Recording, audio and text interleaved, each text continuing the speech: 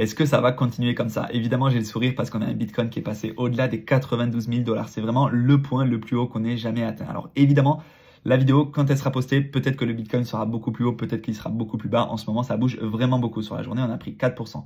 L'Ether, toujours un peu de mal. L'Ether a toujours un peu de mal. Alors là, on est sur le Bitcoin, on est sur CoinMarketCap. C'est le site où vous pouvez voir toutes les cryptos. Sur la journée, l'Ether perd 0,70%. Donc, toujours du mal. Après, sur la semaine, il a quasiment poussé autant que le Bitcoin. Bien que là, on est vraiment sur des prix sur les plus hauts qu'on ait jamais connus. Franchement, si on regarde sur l'année, là, on a une accélération ces derniers jours. C'est hallucinant. En fait, depuis l'élection américaine. Et si on regarde depuis le début, on a franchi donc les plus hauts historiques du précédent cycle. Voilà. Si on regarde sur l'Ether, l'accélération, elle est plus faible. Alors oui, on a une accélération ces derniers jours-là. C'est sur le mois, sur l'année, on voit qu'on a une accélération. Mais on est quand même assez loin de l'ATH, puisque l'ATH était à 4700 $. 4700 $, donc on a quand même encore beaucoup à franchir pour remonter à l'ATH. Après, il y a d'autres projets qui sont intéressants. Ne vous fixez pas uniquement Bitcoin et Ether comme objectif. Regardez un petit peu le Solana, tout ce qu'il nous a fait. Regardez le Dogecoin. En une semaine, il prend 100%. Regardez, il y en a d'autres. Hein. Qu'est-ce qui s'est passé? Regardez le Toncoin. Alors ça, c'est la crypto de Telegram. Regardez ce qui s'est passé sur l'année. On a quand même, alors là, on a une phase de stagnation, mais on a une belle poussée haussière, tu vois. Donc, c'est des nouvelles cryptos, des tendances, des cryptos autour de l'intelligence artificielle, du gaming, des real world assets, des pins. Tout ça, en fait, là, les tendances qui vous affichent sur CoinMarketCap, ce sont peut-être des tendances à suivre. Alors, attention, faut pas FOMO, mais c'est des tendances c'est des cryptos qui ont été en tendance au début du cycle et peut-être qu'elles le seront probablement sur la suite du cycle. Là, par exemple, Tao Bitensor, aujourd'hui, c'est plutôt compliqué. Mais si on regarde sur l'année, on a quand même eu une sacrée poussée entre les 66 $ et les 700, 600 $, quoi. Donc, 1 x 10, est-ce qu'on aura encore 1 x 10? Je pense pas. On a un Tao à 5000, à 500. Est-ce qu'on ira jusqu'à 5000? C'est compliqué. En termes de capitalisation aussi, c'est compliqué. Mais on peut potentiellement avoir de très très belles surprises. Voilà.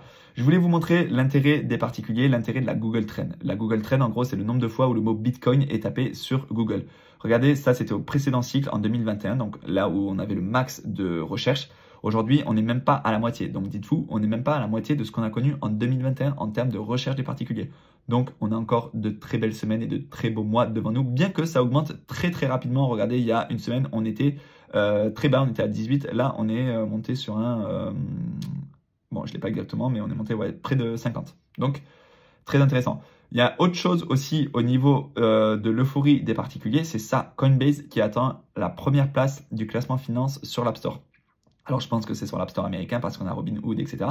Mais en termes de classe d'applications finance les plus téléchargées, on a 2 applis crypto. On a Crypto.com et Coinbase. C'est les 2 applis les plus téléchargées actuellement aux États-Unis dans la finance. Après, hors finance, on est à la 12e place. Donc, hors finance, c'est aussi assez euphorique. En fait, tout le monde veut s'y placer. Je voulais vous montrer aussi ça. Ça, c'est un site pour consulter les capitalisations boursières, les capitalisations en fait des différents actifs. Alors, le gold, donc l'or, c'est l'actif le plus capitalisé. On est à 17 000 milliards de dollars.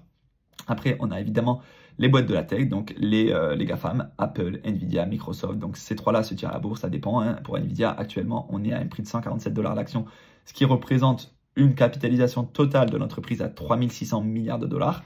Et juste en dessous, hop, on a Bitcoin. Au-dessus de Saudi Aramco, au-dessus de l'argent, en fait, tout l'argent du monde, le métal précieux, vaut moins que le Bitcoin. Meta aussi, la plateforme, donc l'entreprise de Facebook, vaut moins que le Bitcoin. Là, le Bitcoin, on est vraiment à un prix, comme on est à 93 000 $, on est à une capitalisation de 1800 milliards de dollars. Vous pouvez la trouver juste ici, la capitalisation. Sur CoinMarketCap, hop, on a la capitalisation du marché, donc 1800 milliards de dollars. Voilà, juste ici. Je voulais vous montrer aussi le Fear and Greed. Le Fear and Greed, c'est l'euphorie sur les marchés. Généralement, quand on est dans une phase rouge, c'est plutôt un moment d'acheter. Quand on est dans une phase verte, c'est plutôt un moment de vendre. Mais aujourd'hui, j'aurais tendance à dire c'est compliqué de vendre, sachant tout ce qui nous attend en fait. Là, on a un pricing du prix.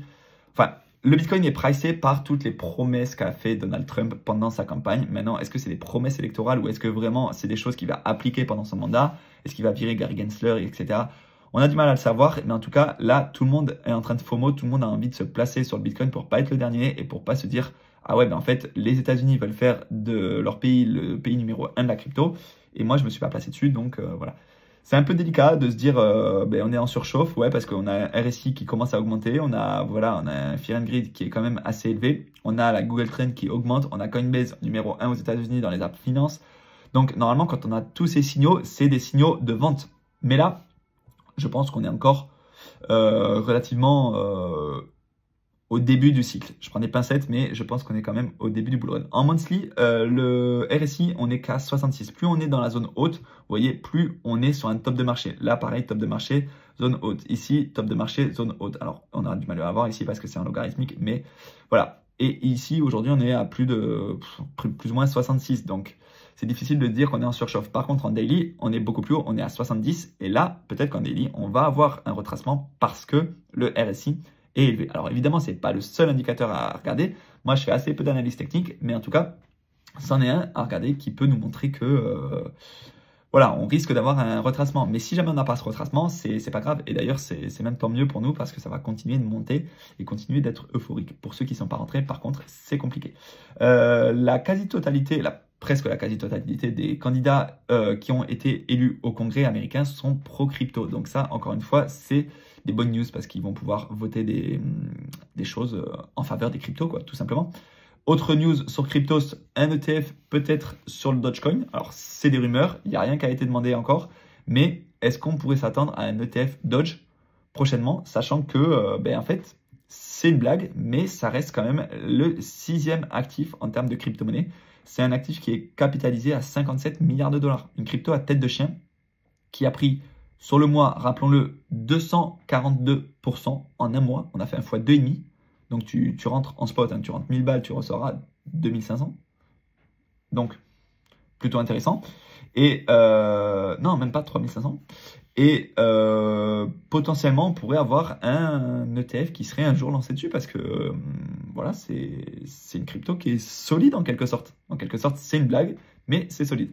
On va finir avec Twitter. Non, juste avant Twitter, on va montrer ce site donc des ETF sur le Bitcoin. On a eu hier des rentrées de 817 millions sur le Bitcoin et sur l'Ether. On a eu des rentrées évidemment qui sont plus faibles, mais qui commencent quand même à devenir intéressantes, 135 millions. Donc avant-hier, c'était la folie, 295 millions. Mais vous voyez, les jours précédents, quand même, avant les élections américaines, on avait peu de rentrées sur l'Ether. Et là, ça commence vraiment à se profiler de manière intéressante. Et ça, c'est intéressant de savoir ce que fait la smart money pour savoir si oui ou non ils veulent s'exposer à l'Ether. Donc on finit donc avec MicroStrategy qui a encore acheté 27 000 bitcoins, donc 2 milliards à un prix moyen de 74 000 $. Donc si on retourne en dessous des 74 000 $, MicroStrategy, eux, ils seront en négatif. Par contre, aujourd'hui, je crois qu'ils ont près de 10 milliards de profits. Alors de profits non réalisés, hein, mais ouais, voilà. L'investissement de MicroStrategy dans Bitcoin dépasse les 10 milliards de dollars en bénéfices. Bénéfices non réalisés, évidemment, parce que tant que c'est pas vendu, c'est pas perdu, mais c'est pas gagné non plus. Ensuite, donc Coinbase, voilà, ça je l'ai retweeté hier, mais aujourd'hui on doit être plus haut. Voilà, All App 13e, Finance App 1er. Voilà, c'est l'euphorie des particuliers qui est en train de revenir. Coinbase, toujours en parlant de Coinbase, je vous ai fait des vidéos d'ailleurs sur TikTok pour vous en parler, qui a lancé son Coin 50, c'est-à-dire l'équivalent du S&P 500. Comme un ETF, dans le S&P 500, tu as les 500 plus grosses boîtes américaines, mais là, dans le Coin 50, tu as les 50 plus grosses cryptos. Donc, évidemment, c'est fortement représenté, je ne sais pas si on a le détail, mais c'est fortement représenté par Bitcoin et Ether. On va voir si sur la vidéo, on a le détail, mais ensuite, on a quand même 48 autres cryptos qui sont dans cet indice. Donc, si vous ne voulez pas vous prendre la tête, vous investissez là-dessus. Comme ça, vous êtes diversifié sur les plus grosses cryptos du marché. Voilà. Après, c'est sûr que ce n'est pas les plus grosses cryptos qui vous feront des performances de fou. Mais globalement, on est diversifié et surtout, on est passif. Et ça, c'est très important dans le monde des marchés financiers. Parce que, en fait, si on est suractif sur les marchés, tu vas là, tu vas là, tu vas là, t'achètes, tu vends, etc. On a tendance à sous-performer les marchés. Voilà, donc on n'a pas exactement le détail, mais voilà. On peut même trader ça en levier jusqu'à x20. Pourquoi pas. Donc ça, on en a déjà parlé, et on finit avec Donald Trump qui désigne officiellement Elon Musk à la tête d'une nouvelle agence gouvernementale nommée DOGE. Donc c'est Department of Government Efficiency, je crois.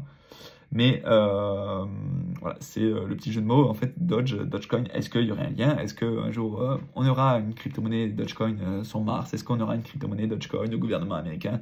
Il y a des milliers de théories qui sont possibles et imaginables. Mais pour l'instant, ça reste une crypto à tête de chien. Tant qu'on n'a pas d'ETF, pour moi, ça reste du gambling. Voilà.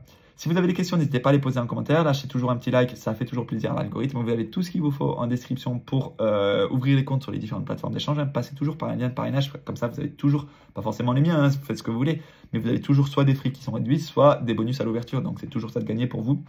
Et en vrai, un petit bonus d'ouverture de 30, 40, 50 euros, si vous l'investissez correctement, en fin de bull run, ça peut très vite se transformer en 100, 200, 300 euros. Donc, c'est toujours ça de gagner. Et sur Swissborg, par exemple, c'est entre 1 et 100 euros à l'ouverture. Vous avez des tickets, une sorte de ticket à gratter. Et why not, quoi. Voilà. Donc, questions en commentaire, rejoignez-moi sur les différents réseaux sociaux. Et moi, je vous dis à très bientôt. On espère que comme ça va continuer pendant des semaines et des semaines parce que c'est la régalade. À très bientôt. Ciao.